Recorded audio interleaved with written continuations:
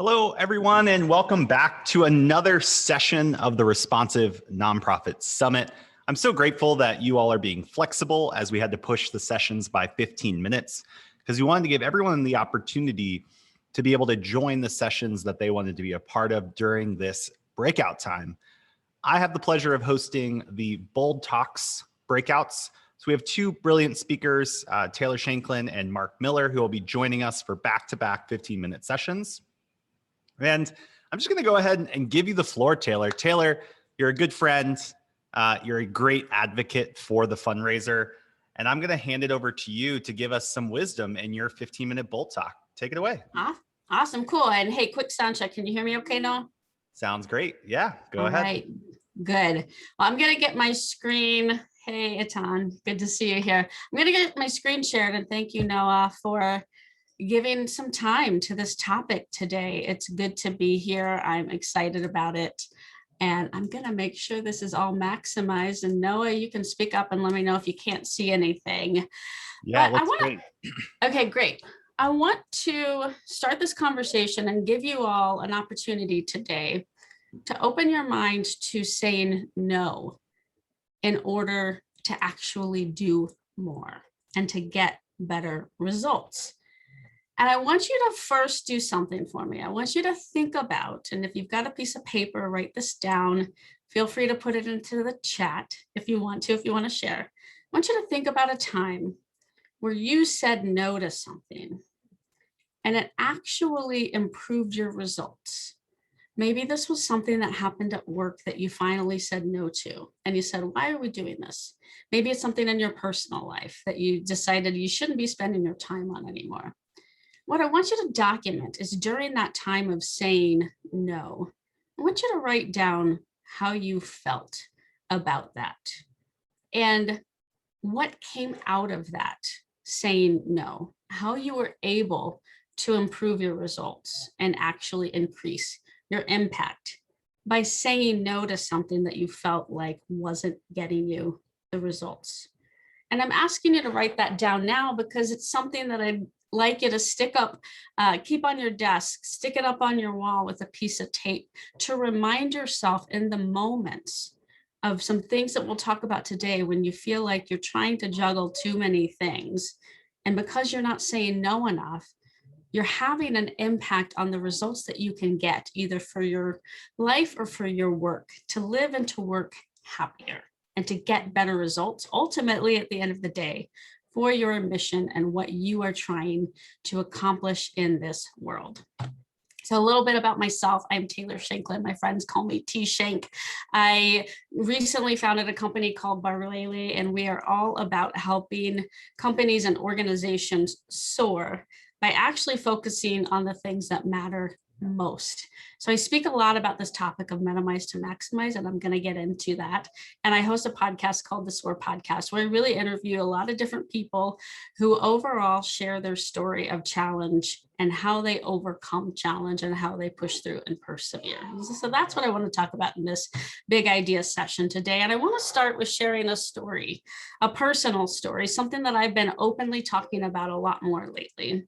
And that is the fact that a couple of years ago, I was diagnosed with a pretty life-altering autoimmune disorder. Now, it's not something that's just going to end my life tomorrow, but it's something that is a chronic challenge for me.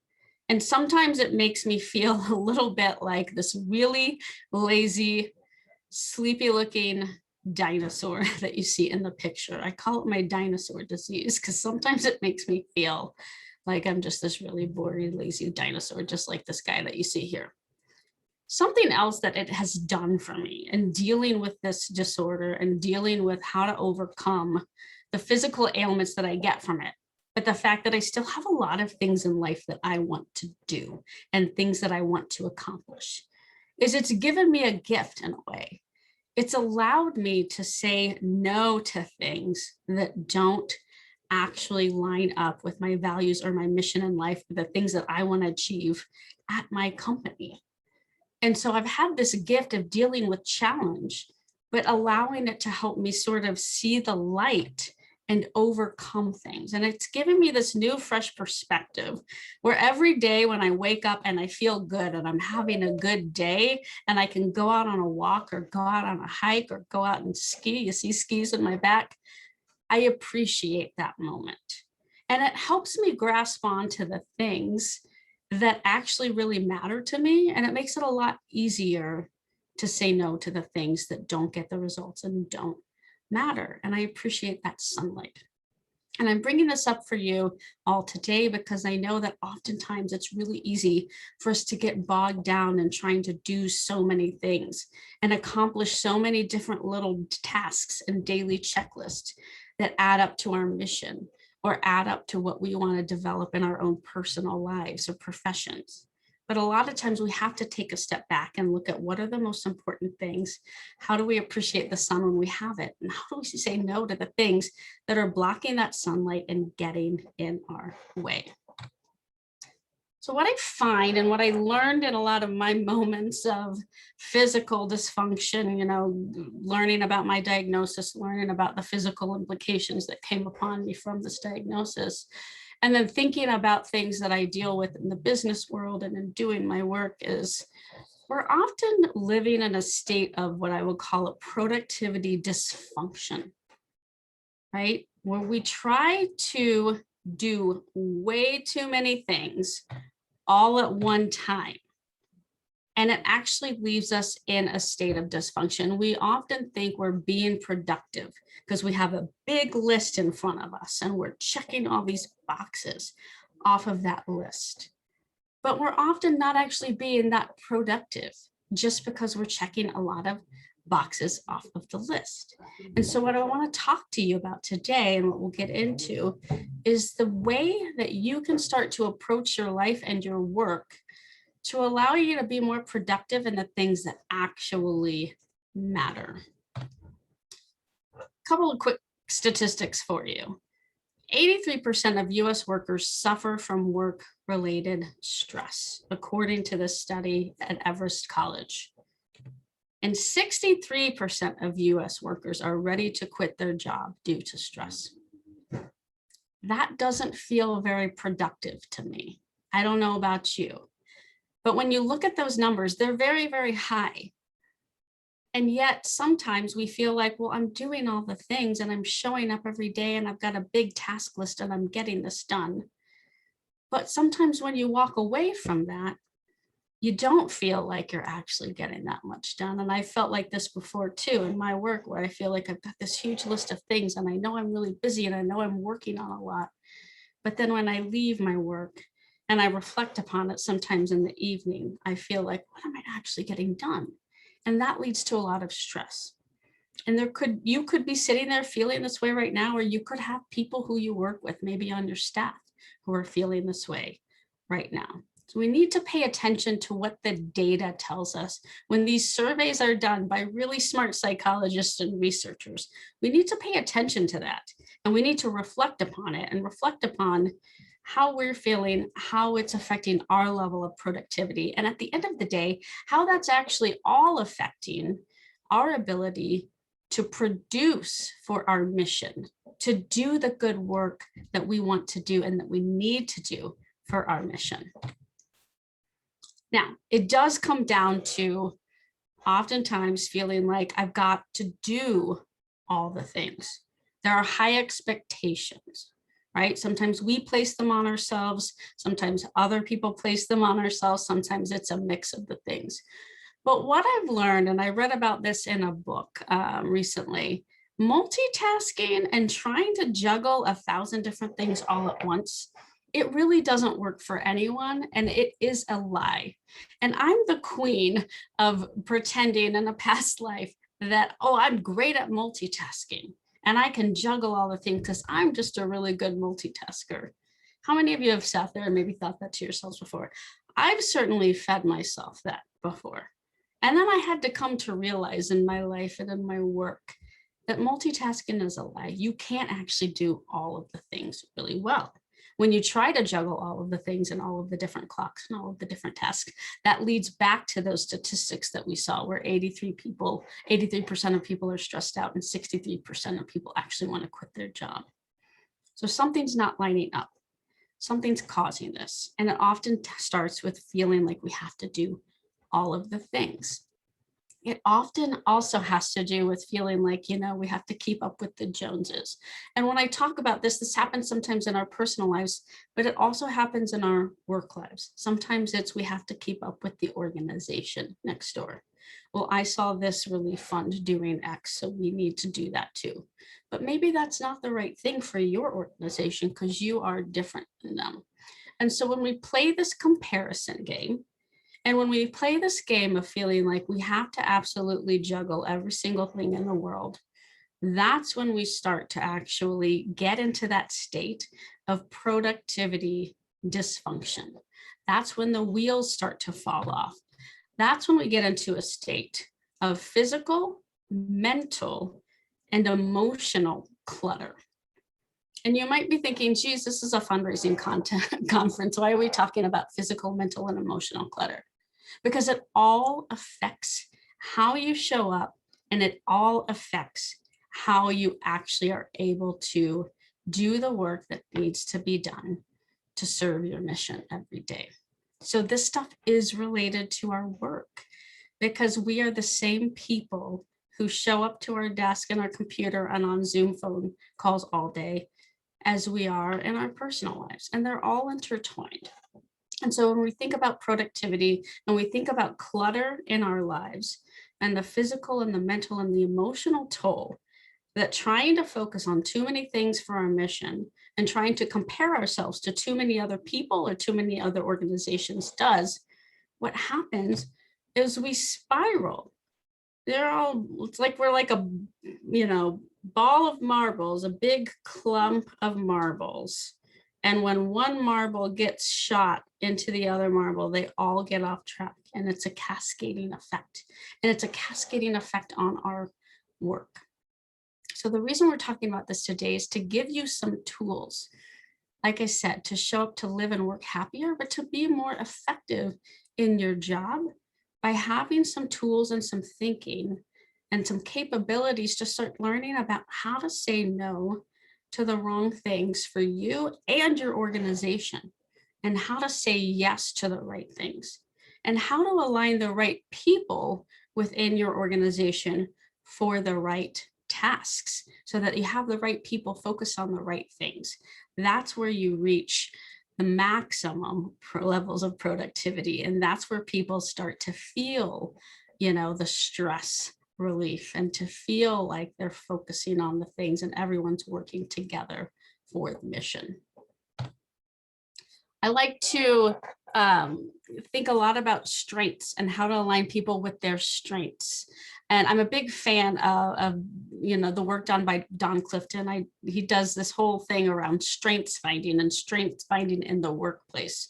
And one of the big breakthroughs that he made was that psychologists typically studied what's wrong with people and not why they excelled. And so when you think about how you show up in your work and in the work that you do for your mission, we need to be thinking about what are people's unique strengths and how do we help them show up with their strengths at our organization.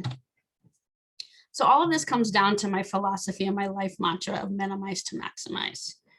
Focus on less to do more. Focus on what gives you oxygen, you individually as a person working for your organization, what you are good at individually, and then surround yourself with others who fill your gaps. Something that we have to come to terms with sometimes is that we're not the best person suited to do everything at our job, right? So sometimes this form of ill productivity and tackling too many things comes both at a team level, where as a team, we're trying to tackle too many initiatives at once. But sometimes it comes at an individual level as well, where we individually are trying to say, no, I got that. But sometimes that's not the best choice for us. Sometimes we need to say, you know what, I'm actually not the best person on the team to do that task. I should give it over to this other person who's actually better suited for that. So minimize to maximize, and leveling up on your own level of productivity is about focusing on the right things for you, the things you're good at, the things that give you oxygen, and then fill in the gaps and surround yourself with people who are good at the things that you're not the best at. I like to put it into practice through doing 3 simple things. I categorize things into buckets. Now, when I'm looking at my task list and everything that I have to get done for my mission, I look at things in this way. Is it something that I love, that I absolutely love, and I'm the best person to do it? If so, it goes in the do it bucket. Is it something that has to get done, but I'm not the best person to do it, or there's another way around it? Then it goes into the delegate bucket. And then we start thinking about how to delegate that out. If it's something that's not working, it's not getting results. Let's say you have a campaign that you've been doing year after year after year, and it just continues to decline and it's not working. There's a reason why. That time is, it's time to evaluate why it's not working and if you need to potentially drop it. And that's where we come back to the no, where sometimes it's okay, and it's okay to say no, and it's time to say no in order to free up space to do other things. So once you delegate and put your list into do it, delegate it, and drop it buckets, then you can start actually lining up your time with the things that you're best at. And you can start lining up your team's time with the things that they're best at. And you can actually start to drop the things and say no to the things that aren't actually working. So do it, delegate it, drop it. It seems simple, but sometimes it's hard to put into practice. So I invite you to just think about things in these simple terms when you're looking at all of your priorities that you have on your list, or for your next quarter, or for your next 12 months. Everything on that list can be categorized into do it, delegate it, or drop it. Right, the next step in really living the minimize to maximize mantra and having it come out into your work and your mission fulfillment is to show up as your authentic self. So people talk all the time about being authentic, right? But like, what does that actually mean? I like to break down the core meaning of things, because it's great to say, I'm being my authentic self, or we're showing up authentically as an organization. But what does that actually mean? It means you are unique. Show up with the fact that you can own your originality, be really clear about who you are and what you are really good at, and have conviction about it. This will help you when you own your authentic self. This will actually help you go to that list of do it, delegate it, and drop it. And it'll actually help you define what goes into what buckets. But you have to know your authentic self, and you have to communicate that with other people who you work with other people in your life, so that they know who you are, what you're clear about, and who you are, and how you show up with that every day. Because that's how you find out how to fill each other's gaps in. All right, so showing up with your authentic self is really important to putting this into practice and getting into that, high productivity cycle that you want to be in. The last part of this is to recognize that it really is 1,000 baby steps to get here. I know it's not always fun to say like it's a journey, because we want immediate results. It's, I think, our nature as humans to want to get the quick wins and the quick results. But I say this to you because it's okay that these things take time. You're not going to be able to say no to everything overnight. Like, that's not realistic. But there are 1 or 2 things on your list that you might be able to say, this really isn't getting results, and it's really a tax on our team, and it's really not getting us to where we want to be. So we're going to say no to this one thing as a start. It's 1,000 baby steps in a long journey to get to your goal. And sometimes you set 3-month goals and 6-month goals and 12-month goals and 5-year plans. Each of those segments of time have the 1,000 baby steps to get there. So I recommend breaking things down into sprints, because when you start living in this new philosophy and really adopting this kind of a mantra into the way you approach work and life, it's a lot easier to do it when you can break it down into baby steps. All right. I think that is my time. I know this was a quick session, so I'm gonna pass it back over to Noah. I hope that this was helpful, and I'm here on the chat to answer any questions. Thanks so much, Taylor. And thank you for your insights. And as many said, this is a timely conversation.